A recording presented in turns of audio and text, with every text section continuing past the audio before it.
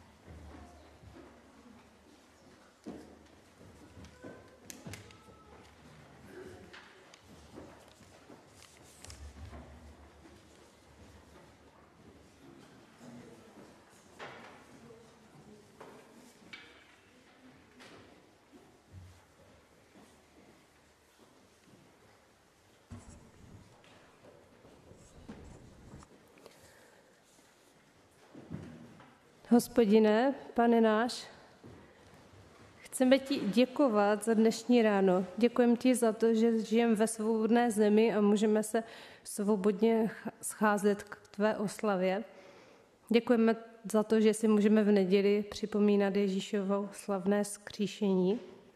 Děkujeme také za to, že jsi, Pane Bože, ustanovil řád země, že můžeme v určitý čas sít a že můžeme v určitý čas sklízet. Moc ti děkujeme za všechno, čím nás obdarováváš, za dary, které jsme mohli sklízet. Děkujeme za tvá požehnání, že můžeme žít v hojnosti a často i v přebytku. A tak tě chceme prosit, abys dneska tady byl s náma při bohoslužbách, abys byl uprostřed nás a prosíme, abys požehnal svému slovu a abys byl ty sám oslaven. Amen.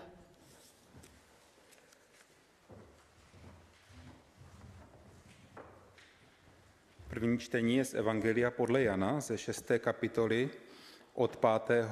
do 15. verše. Je to příběh o nasycení 5000 a tak i vás, děti, které jste u stolečku, prosím, abyste teď poslouchali o tom zázraku, který Pán Ježíš udělal. Ježíš vystoupil nahoru a tam se posadil se svými učedníky. Byly blízko židovské svátky velikonoční. Když se Ježíš rozhlédl a viděl, že k němu přichází četný zástup, řekl Filipovi: Kde nakoupíme chleba, aby se všichni najedli? To však řekl, aby ho zkoušel, sám totiž věděl, co chce učinit.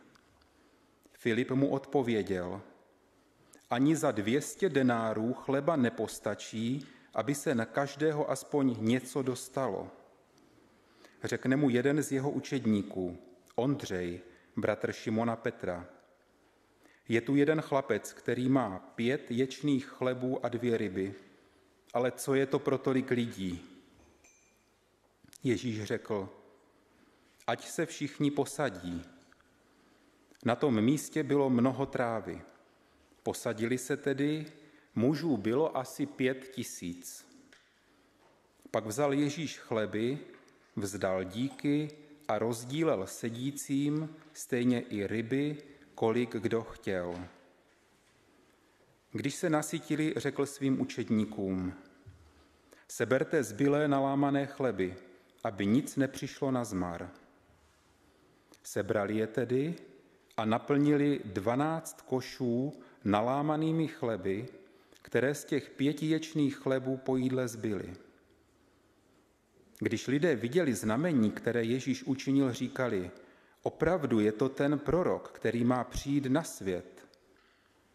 Když Ježíš poznal, že chtějí přijít a zmocnit se ho, aby ho provolali králem, odešel opět nahoru zcela sám. Tolik je slov dnešního čtení.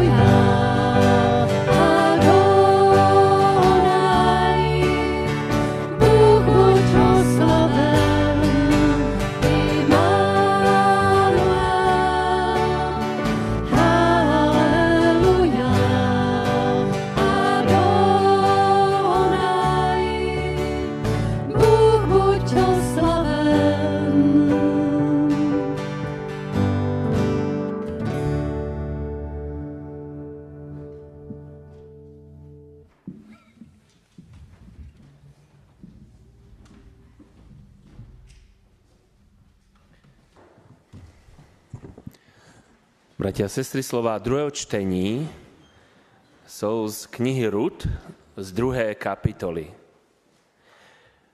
Moabská Rut řekla Noemi: ráda bych šla na pole sbírat klasy za někým, u koho dojdu přízně. Noemi jí odpověděla: jdi, má dcero. Šla tedy, přišla na pole a sbírala za ženci klasy. Shodou okolností patřil ten díl pole Boazovi z Elimelekovy čeledi. Tu přišel z Betléma Boaz a pozdravil žence. Hospodin s vámi, odpověděl. Odpověděli: Hospodin ti žehnej. Boaz se otázal svého služebníka, který dozíral na žence: či je to dívka? Služebník, který dozíral na žence, odpověděl: to je moabská dívka, která se vrátila s Noemi z moabských polí. Optala se: mohla bych sbírat a paběrkovat za ženci mezi snopy? Jak přišla, zůstala tu od samého rána až do této chvíle, jen trochu si tady odechla. Boaz oslovil Rút: poslyš, má dcero, nechoď sbírat na jiné pole a neodcházej odtud, přidrž se mých děveček. Přidržela se tedy Boázových děveček a sbírala, dokud neskončila sklizeň ječmene a pšenice. A bydlela s tchýní. Amen. Pane, požehnej prosíme svému slovu.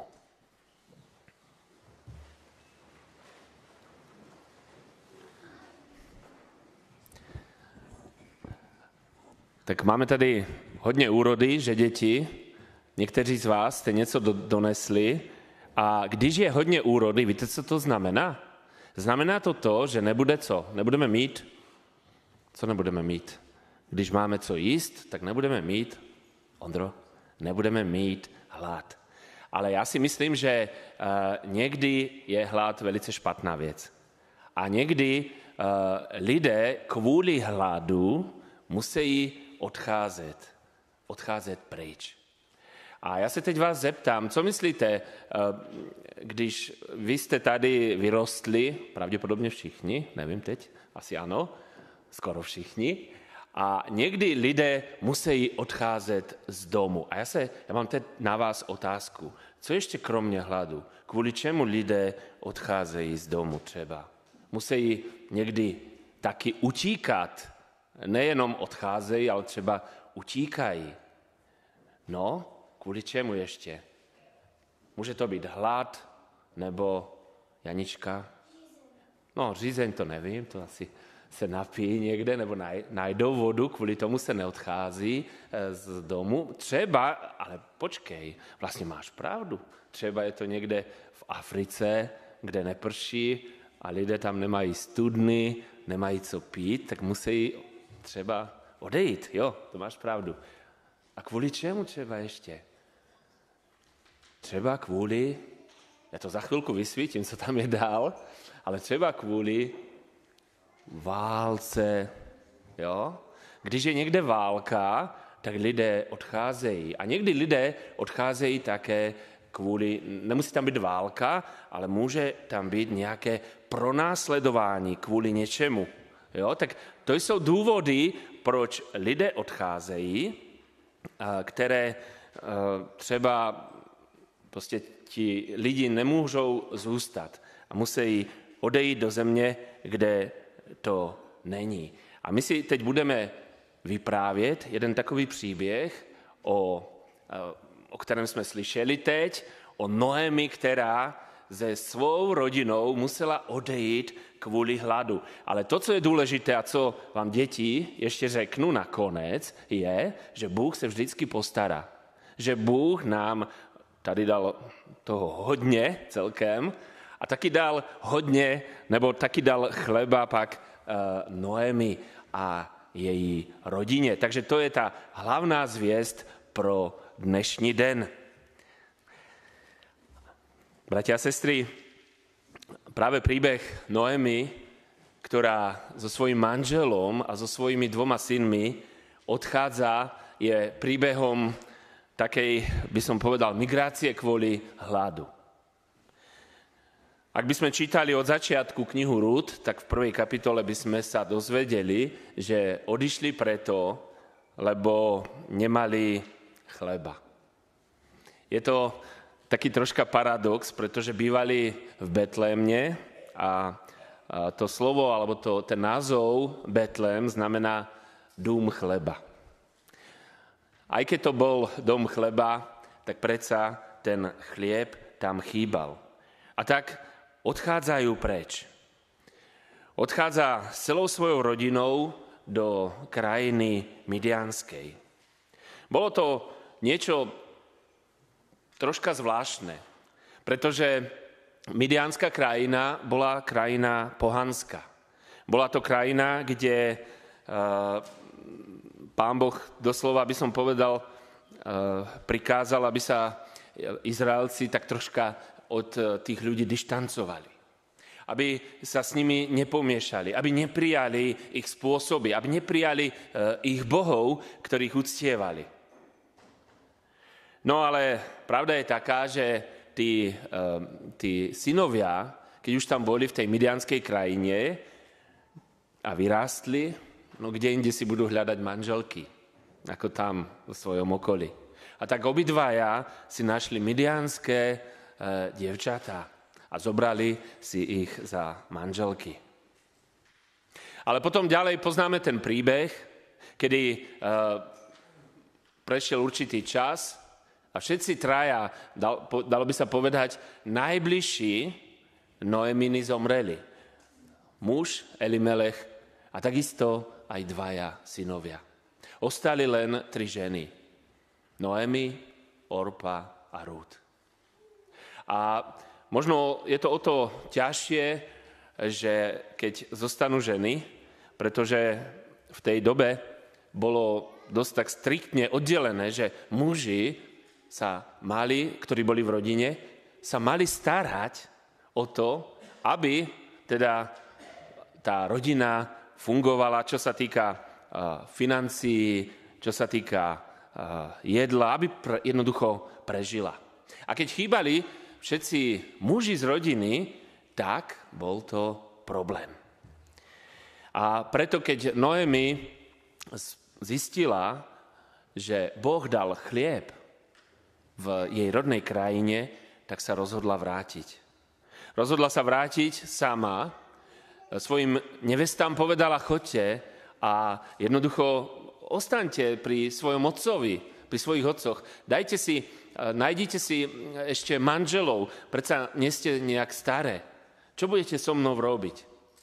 A aj keď obidve chceli s ňou, tak Orpa sa rozhodla, že zostane a Noemi a Rút sa rozhodla, že odíde aj zo svojou tchyni, zo svojou svokrou. Viete, bolo to také troška na jednej strane nečakané, pretože išla do cudzieho národa, prijala a tak ako to aj deklarovala, povedala, že tvoj ľud bude mojim ľudom a tvoj Boh bude mojim Bohom, tak ako by sa zriekla toho, čo mala dovtedy. Išla do určitej neistoty, pretože nemala manžela. Ale mala, aj keď explicitne to nie je úplne presne napísané, mala asi vnútornú povinnosť postarať sa o svoju tchyni, o svoju svokru. Postarať sa o to, aby ona, ktorá už bola samozrejme o dosť staršia, aby mohla prežiť, aby mohla fungovať. Viete, keď sa Noemi vracia do krajiny spolu s Rút, spomínal som, že bolo to vtedy, keď sa dozvedela alebo dopočula, že Hospodin dal svojmu ľudu chlieb. Viete, to je také veľmi zaujímavé a v dnešnej dobe možno troška by som povedal, že sa to až tak nerobí, aby si ľudia uvedomovali, že to, čo máme, že máme od Boha. Viete, dnes možno by v pozícii Noemi by taký bežný človek povedal, tak, ja neviem, skončilo také zlé, neúrodné obdobie, kedy bolo sucho napríklad a začalo pršať, tak už sa urodilo, máme čo jesť. V dnešnej dobe je to o to možno ťažšie, že nie sme na to až tak odkázaní, aké je vonku počasie. Alebo či v našej záhradke je, alebo nie je úroda. Ale jednoducho, ak niečo nemáme, tak máme peniaze na to, aby sme si to kúpili v obchode. A tam to väčšinou majú, možno niekedy, povedal by som, až z celého sveta. No a keď sa táto Rút teda s Noémou vrátili, tak Noémi to urobila s dôverou voči Pánu Bohu, ktorý dáva chlieb. Ale je tu ešte niekto, kto dáva nám chlieb. Nielen ten telesný, ale aj duchovný. Počuli sme v prvom čtení, že Ježiš nasýtil obrovský zástup ľudí, ktorí prišli za ním. V Evanjeliu podľa Jána ani nie je napísané, že aký bol veľký, ale je napísané to, že s 2 rybami a 5 chlebmi nasýtil veľký zástup ľudí. A to urobil vtedy, keď zobral to, čo mu niekto dal, požehnal to a dal, aby to učeníci rozdávali. A tí ľudia sa nasýtili. Bolo to niečo úžasné. Dokonca bol to jeden z mesiánskych zázrakov. To znamená zázrak, ktorý mal dokazovať, že prišiel Mesiáš. Ktorý mal dokazovať, že Ježiš je ten Mesiáš. A aj keď je pravda, že mnohí ľudia, a hlavne teda farizei a zákonníci, to nejak nepochopili, neprijali, tak ten bežný ľud, ako sme to čítali na konci, ako Ríša čítal na konci, ten bežný ľud chcel Ježiša korunovať za kráľa. Najedli sme sa. Možno mnohí práve v ňom videli toho Mesiáša, keď splnil ten mesiánsky zázrak, alebo naplnil. Možno niektorí len sa najedli a preto chceli, aby mali takého kráľa, ktorý im dá vždy jedlo. Častokrát to je aj v politike, včera tu boli voľby, že? Ten, kto nám sľúbi najviac, tak toho volíme, alebo dá nám najviac. Ale Ježiš nechcel. Nechcel, aby ho ľudia chápali ako toho, ktorý je kráľom podľa spôsobu tých zemských kráľov. A preto sa tak nejakým spôsobom vytratil spomedzi nich, aby ho za kráľa nekorunovali. Ale predsa povedal potom, že ja som ten chlieb z neba, ktorý prichádza na tento svet. Vy ste prišli za mnou, chcete ma korunovať za kráľa, prečo? Lebo ste sa najedli. Ale tu je niečo viac ako ten pozemský chlieb. Nikto nebude spochybňovať to, že chlieb, alebo v úvodzovkách chlieb, to znamená to, čo máme, čo jeme, z čoho žijeme, je dôležitý. To spochybňovať nebude nikto. Ale Ježiš chcel dať dôraz na niečo hlbšie, na niečo viac. Ja som chlieb života, ktorý prichádza z neba. A kto prichádza ku mne, nikdy nebude hladný, kto verí vo mňa, nikdy nebude smedný. To je niečo, čo Ježiš povedal, viete, hľadajte ten duchovný chlieb. Nie iba ten chlieb telesný. Takže Boh nám dáva chlieb telesný, Boh nám dáva aj chlieb duchovný. Noémi z Rút, keď sa vrátili späť do krajiny, tak Rút robila jednu takú vec, ktorá bola podľa 3. knihy Mojžišovej, 23. kapitoly, umožnená ľuďom, ktorí boli chudobnejší.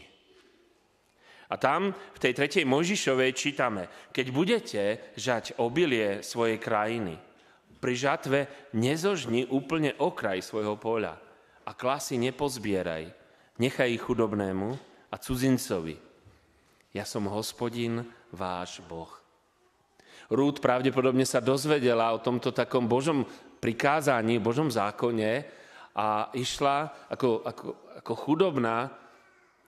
Pravdepodobne Noémi ako staršia osoba už nevládala. Išla a celý deň zberala klasy obilia.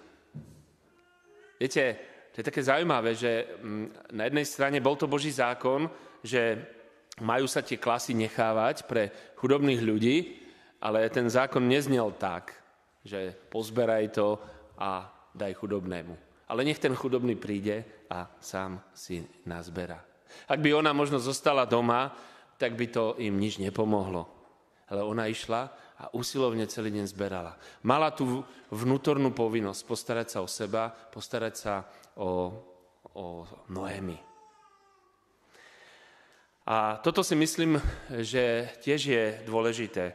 Tiež my máme také určité povinnosti v tomto. A je pravda, že to, čo som hovoril, že Boh je ten, ktorý dáva chlieb. Je pravda to, že Boh je ten, ktorý spôsobuje, aby sme mali nielen úrodu na našich poliach a záhradách, ale takisto, aby sme mali plné obchody a ešte dôležitejšie, aby sme si mali za čo kúpiť.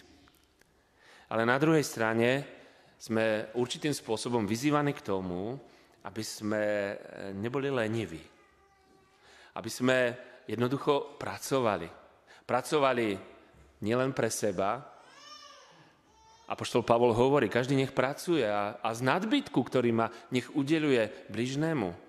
Boh nám dáva preto, aby sme mohli aj iným udeliť. A tak možno ako tá Rút sa starala o Noemi, možno aj našou úlohou a zodpovednosťou je starať sa nielen o tých najbližších, ale možno niekedy aj o tých ostatných ľudí okolo nás. A tak, bratia a sestry, vieme, ako ten príbeh ďalej potom pokračoval. Noemi, teda Rút, sa vydala, mala syna, zobrala si Boaza. Možno to znie až príliš tak akože ideálne, že všetko dobre dopadlo, ale to, čo je hlavné na tom všetkom je, že Boh sa postaral. Že Boh je ten, ktorý dal im a dáva aj nám chlieb, alebo všetko to, čo potrebujeme, ale Boh je aj ten, ktorý dáva nám chlieb duchovný. A možno takým pripomenutím toho je práve aj Večera Pánová, ktorá za chvíľku bude a ku ktorej vás všetkých pozývam. Že na jednej strane máme mnohé dary od Neho, ktoré prijímame a máme prijímať s vďačnosťou, a na druhej strane nám dáva aj ten duchovný dar skrze svoju svätú večeru, ktorú nám dal Pán Ježiš. A na nás je len to, aby sme to prijali s vďačnosťou. Amen. Pomodlíme sa.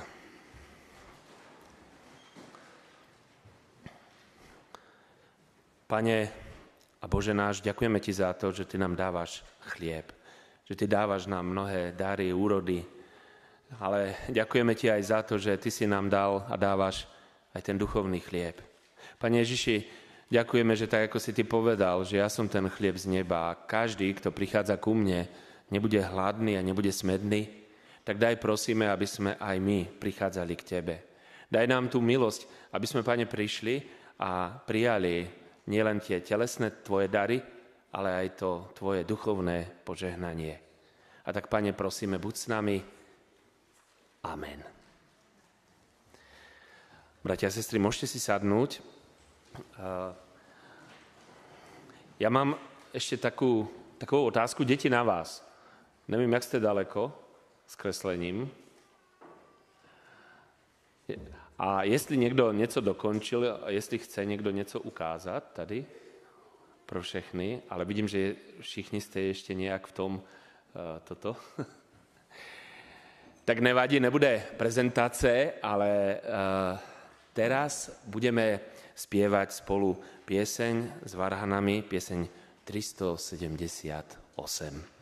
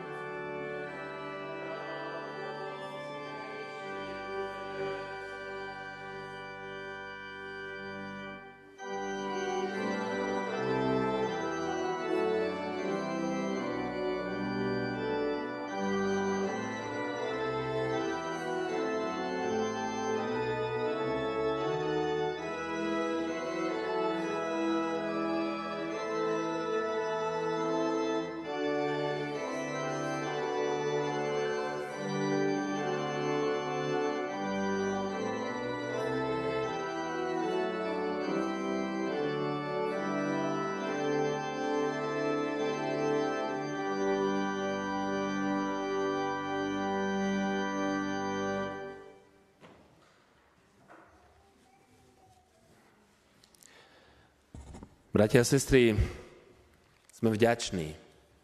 Verím, že sme vďační za to, čo nám Boh dáva.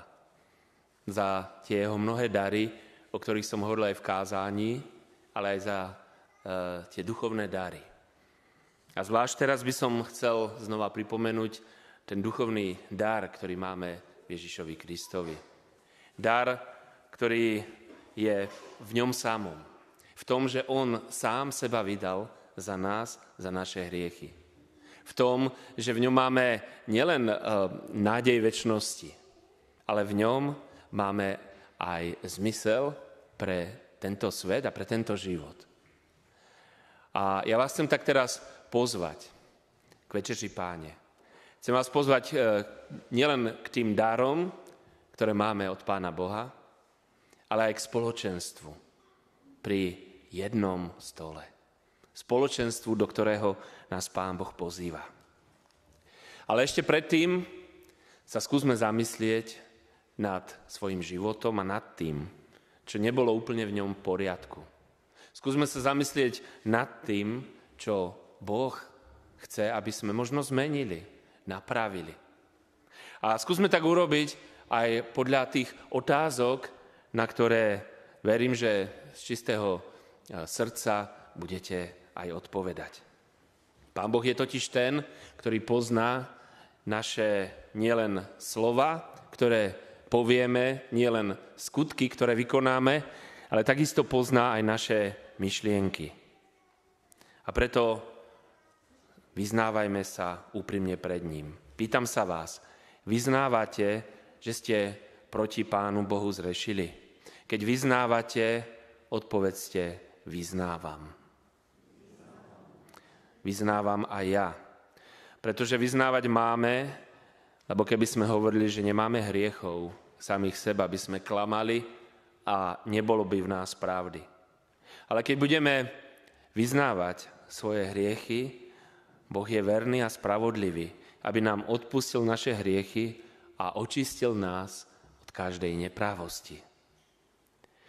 Ďalej sa vás pýtam, či ľutujete srdečne, že ste sa dopustili svojich hriechov a tým išli proti Pánu Bohu svojim srdcom, slovom a skutkom.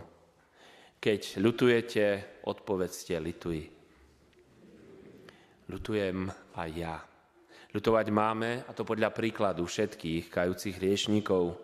Či už to bol kráľ Dávid, ktorý si prosil o čisté srdce, alebo žena hriešnica, marnotratný syn z podobenstva, Lotor na kríži, ktorý sa kájal, Peter, ktorý plakal a mnohí iní. Veríte, že Boh, nebeský Otec, pre zásluhy svojho syna a nášho Pána a Spasiteľa Ježiša Krista zmiluje sa nad nami a odpustí nám všetky naše hriechy? Keď veríte, odpovedzte, vierím. Verím aj ja, pretože veriť máme, lebo Boh tak miloval svet, že svojho jednorodeného syna dal, aby nezahynul, ale aby večný život mal každý, kto verí v Neho. Sľubujete, že s pomocou Ducha Svätého podľa našich možností a schopností budete bojovať so svojimi zlými náklonnosťami. Nebudete opakovať svoje hriechy a tým, ktorí vám ubližili, odpustíte. Keď sľubujete, odpovedzte, sľubuj z pomoci Boží. Sľubujem aj ja s pomocou Božou. Pretože sľubovať máme, lebo tak má svietiť svetlo nášho života pred ľuďmi, aby videli naše dobré skutky a za to oslavovali nášho nebeského Otca. A tak nech Pán Boh vám dá silu k tomu, aby čokoľvek sľubujete pred Pánom Bohom, aby ste aj skutkom naplnili. Všemohúci Boh, ktorý odpúšťa všetkým kajúcim hriešnikom, nech vás obdaruje svojou milosťou.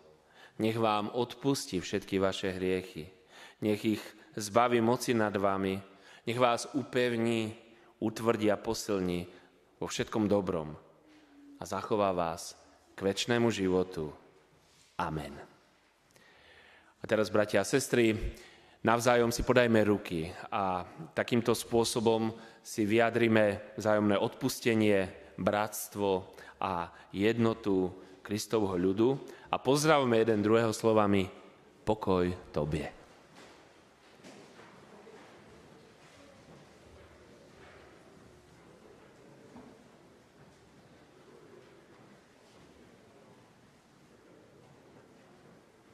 Stavování vlády v dalších dnech. Dávej i nám svůj pokoj a společně se spojíme v modlitbě. Otče náš, když jsi v nebesích, posvěť se jméno Tvé, přijď království Tvé, buď vůle Tvá, jako v nebi, tak i na zemi. Chléb náš zdejší, dej nám dnes a odpusť nám naše viny, jakože my odpouštíme našim viníkům. A neveď nás v pokušení, ale zbav nás od zlého, nebo Tvé je království, moc i sláva na věky. Amen. Můžete se posadit a teď budou následovat sborové oznámení a po sborových oznámeních bude ještě prostor na svědectví, na pozdravy a reakce na kázání. Jedno svědectví je domluvené, tak tím začneme. A teď sborové oznámení.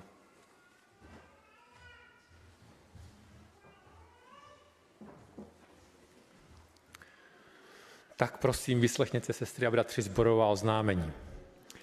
V týdnu se scházíme k setkáním tak, jak je promítnuto. Je před námi první úterý v měsíci, to znamená v úterý na řadě angličtina s biblickými příběhy. Mládež se sejde v pátek, ale setkání se uskuteční v prostoru apoštolské církve u Růžičku. Za 14 dní 19. září, 19. října připravujeme 2 akce. Tou jednou je Drakiáda pro děti. Tak, tady máte plagátek, teďka nevím, kdy je tam 15 hodin odchod od fary, takže myslete na to, rodiče s dětmi, rodiče, ty prarodiče s vnoučaty, Drakiáda za 14 dní. A v tom termínu také připravujeme odpoledne pro starší a nemocné členy sboru, které bude o 2:30. Jak už bývá zvykem, jsou připraveny pozvánky pro tyto členy, takže prosím vás, především tedy presbytery, ale i vás ostatní, kdybyste se podívali na té zadní lavici, je tam někdo z vašeho okolí, abyste mu tu pozvánku přinesli. Tak a pak ještě k dnešním bohoslužbám, jak bylo avizováno před týdnem, dnes vykonáme celocírkevní sbírku pro sociální a charitativní pomoc a z dopisu ze synodní rady přečtu část toho dopisu, který je k tomu určen. Milé sestry, milí bratři, synod naší církve vyhlásil jako každoročně na neděli díků činění celocírkevní sbírku sociální a charitativní pomoci. Tato sbírka, díky které máme humanitární fond, umožňuje církvi pohotově reagovat na krizové situace typu živelních a humanitárních katastrof v různých zemích světa i v naší republice, ale také na různé potřeby sociálního charakteru, a to vždy a výhradně na základě rozhodnutí synodní rady. V loňském roce byl výtěžek sbírky 772 294 koruny. Teď je tu výčet, na co všechno se v letošním roce použili peníze, ten číst nebudu, dám to na nástěnku dozadu, kdo byste se chtěli podívat. A v závěru je, za vaši štědrost vám děkujeme, jménem potřebných děkujeme. S pozdravem Simona Kopecká, první náměstkyně synodního kurátora. Takže to je k dnešní sbírce.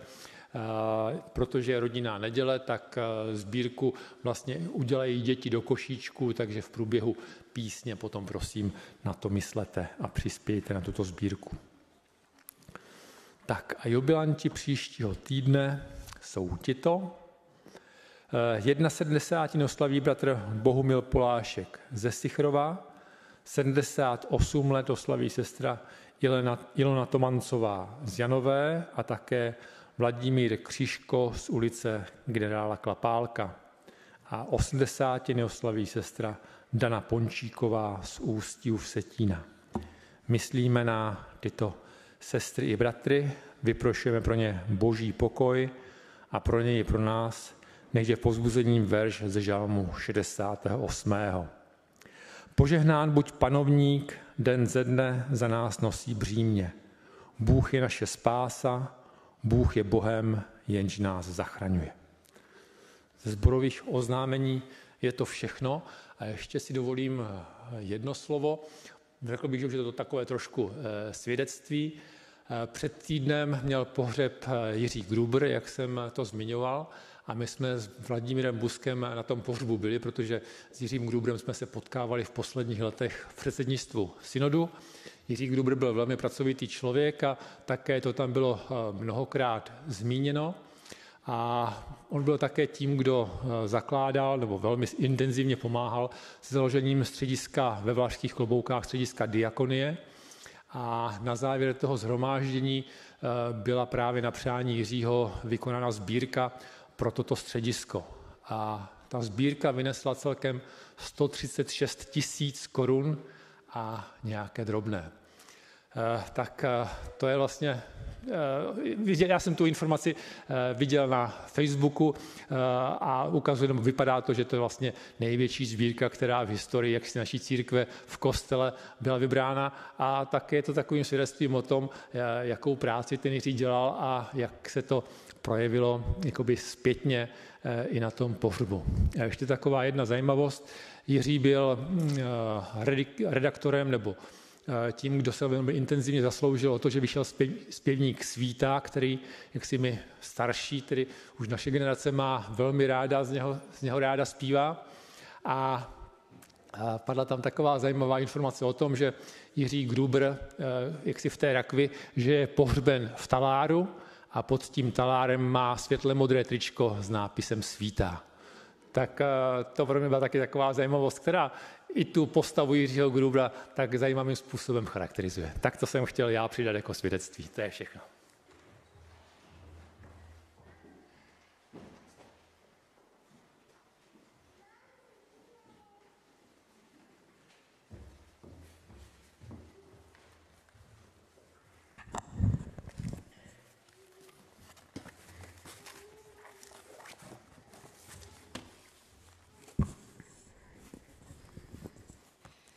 V neděli 24.8.2025, den po festivalu United, jsme přijeli domů. Hned jsem si zapnul moji oblíbenou hru. Za chvíli mi vypršel čas, který jsem na hru měl. Přišel jsem za tátu a zeptal jsem se, jestli mi čas nepřidá. Táto mi čas přidal, ale jenom 5 minut. Jak mě těch 5 minut skončilo, tak mě to naštvalo a šel jsem si ven kopat s míčem. Znovu jsem si k tyčce od branky a přemýšlel jsem, co mám dělat, když se nudím, kromě hraní na telefonu. Můj život nemá cenu, když se nudím. V tom momentě mi v hlavě začal hrát refren hymny festivalu United. I když nevnímám tvůj hlas, i když padám zas a zas, i když nemám sílu vstát, ty mi říkáš, že u tebe místo mám a že po mně toužíš dál a říkáš, že neodmítneš mě, ať jsem na jakémkoliv dně. V tu chvíli jsem se zvedl a děkoval jsem Pánu Bohu, že ke mně mluví a že se mnou.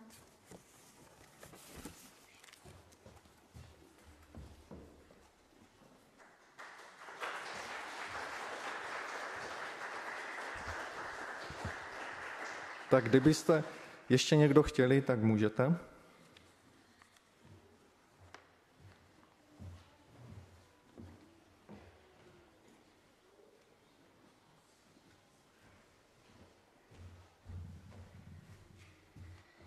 Já bych se s váma taky ráda podělila o svědectví, které mám ze včerejška. Vrátila jsem se z kurzu duchovních darů z Olomouce, kde nás bylo zhruba 80 lidí ze 7 denominací a byl to takový, myslím si, koncert radosti, protože se nás tam sešlo tolik a dokázali jsme se porovnat nejenom při chvalách, ale i při modlitbách. A byli jsme rozděleni potom do skupinek po 12. A já jsem měla možnost být ve skupince s jednou ženou od adventistů a s chlapíkem od katolíků. A co bylo zajímavé, když jsme se představovali, tak oba dva tito lidé řekli, že jim přednedávnem umřela dcera a oni si zrovna sedli vedle sebe, takže se pak ve dvojici modlili. Takže mně to připadlo jako neuvěřitelné řízení z hůry, že Pán Bůh takhle dokáže spojovat lidi.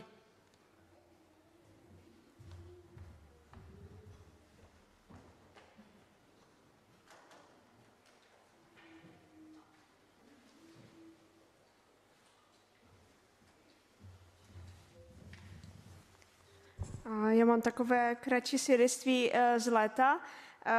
Jak už jste někteří věděli, tak jak jsme byli na sborové dovolené, tak nám na té sborové dovolené spadla Anička z postele.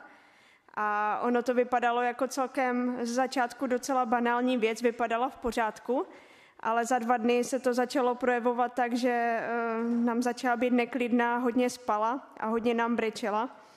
A tak jsme jeli na pohotovost a na pohotovosti taky vypadalo všechno v pořádku. Na druhý den jsme měli jít k dětské doktorce. Zrovna náš pan doktor neordinoval, tak jsme tam měli zástup a paní doktorka nás dále sledovala a další den nás pak poslala do nemocnice. A abych to zkrátila, tak nakonec Anička skončila na JIPse v Olomouci s tím, že má lehké krvácení do mozku a prasklinku lebky. A nakonec i díky modlitbám všech okolo je úplně všecko v pořádku, má všechna vyšetření v pořádku a je to v pohodě. A tak jsem si jenom tento týden uvědomila, jak jsme znova u paní doktorky byli kvůli něčemu jinému. A když jsem jí děkovala, že nás poslala do nemocnice, tak ona sama říkala, že Anička měla takové netypické projevy, že to byl zázrak, že jsme se tam dostali do té nemocnice a že se to řešilo. A i náš pan doktor, ke kterému chodíme normálně, říkal, že paní doktorka měla snad čestý smysl, že nás tam poslala. Tak to jenom tak vidíme, že se Pán Bůh stará a že skrze to konal a že tak může být v pořádku a že tak může být tady s náma a nic jí není. Tak jenom tak krátce.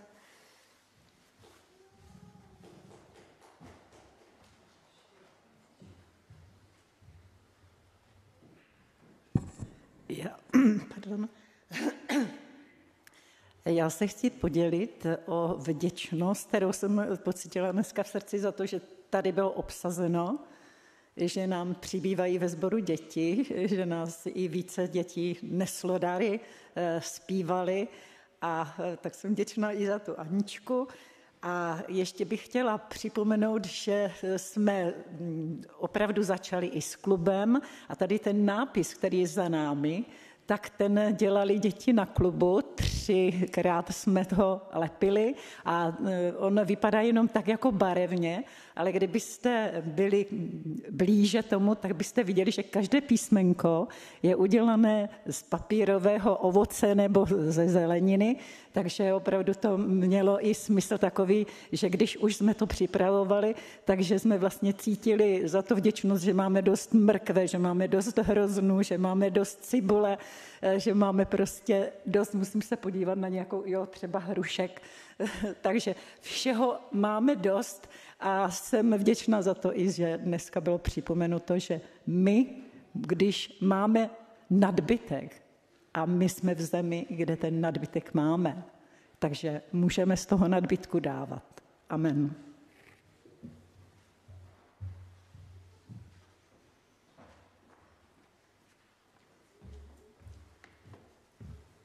Děkuji za vaše zapojení a sdílení. A teď budeme zpívat píseň, při které děti vykonají sbírku.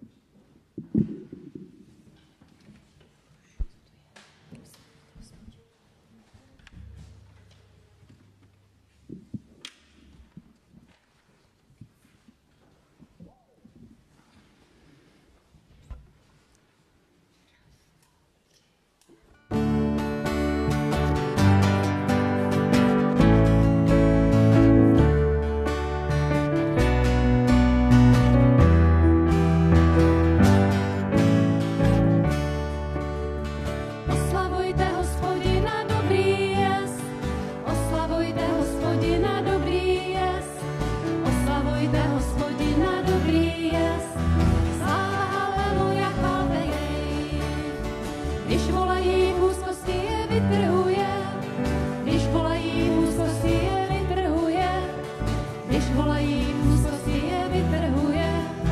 Sláva, haleluja, chválte jej. Vyvodí je z temnosti a ze smrti, vyvodí je z temnosti a ze smrti, vyvodí je z temnosti a ze smrti. Sláva, haleluja, chválte jej.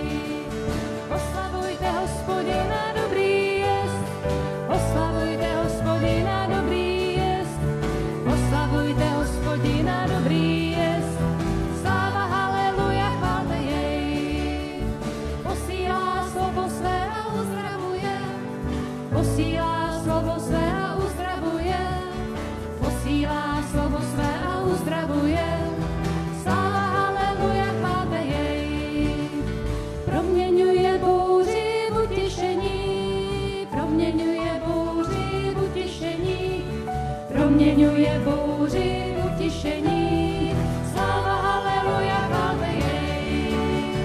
Oslavujte Hospodina, dobrý jest, oslavujte Hospodina, dobrý jest, oslavujte Hospodina, dobrý jest. Sláva, haleluja, chválte jej. Pustiny obrací v prameny vod, pustiny obrací v prameny vod, pustiny obrací v prameny vod. Sláva, haleluja, chválte jej. Upřímný to vidí a veselí se, upřímný to vidí a veselí se, upřímný to vidí a veselí se. Sláva, haleluja, chválte jej. Oslavujte Hospodina, dobrý jest, oslavujte Hospodina, dobrý jest, oslavujte Hospodina, dobrý jest. Sláva, haleluja, chválte jej. Oslavujte Hospodina, dobrý jest, oslavujte Hospodina, dobrý jest, oslavujte Hospodina, dobrý jest. Sláva, haleluja, chválte jej.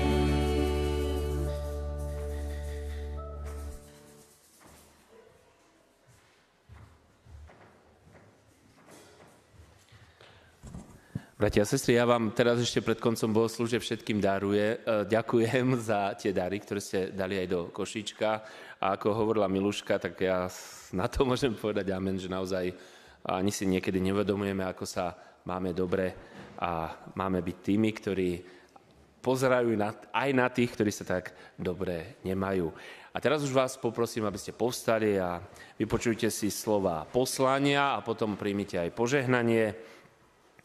Tie slova sú z Evanjelia podľa Jána zo 6. kapitoly. Ježíš jim řekl, já jsem chléb života, kdo přichází ke mně, nikdy nebude hladovět a kdo věří ve mně, nebude nikdy žíznit. Amen. A tak Pán Boh požehnaj a ochraňuj vás. Pán Boh rozjasní svoju tvár nad vami a buď vám milostivý. Pán Boh obráť k vám svoju tvár a daj vám svoj časný i večný pokoj. Amen. Bratia a sestry, ja len pripomínam, že po skončení bohoslúžieb ste pozvaní na kafe do zborového domu. A možno ešte jedna vec, ktorá nezaznela v ohláškách, že v piatok 17:30 je křestní a konfirmační príprava na fare v zborovom dome.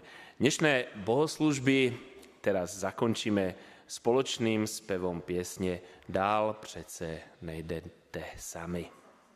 Prosím.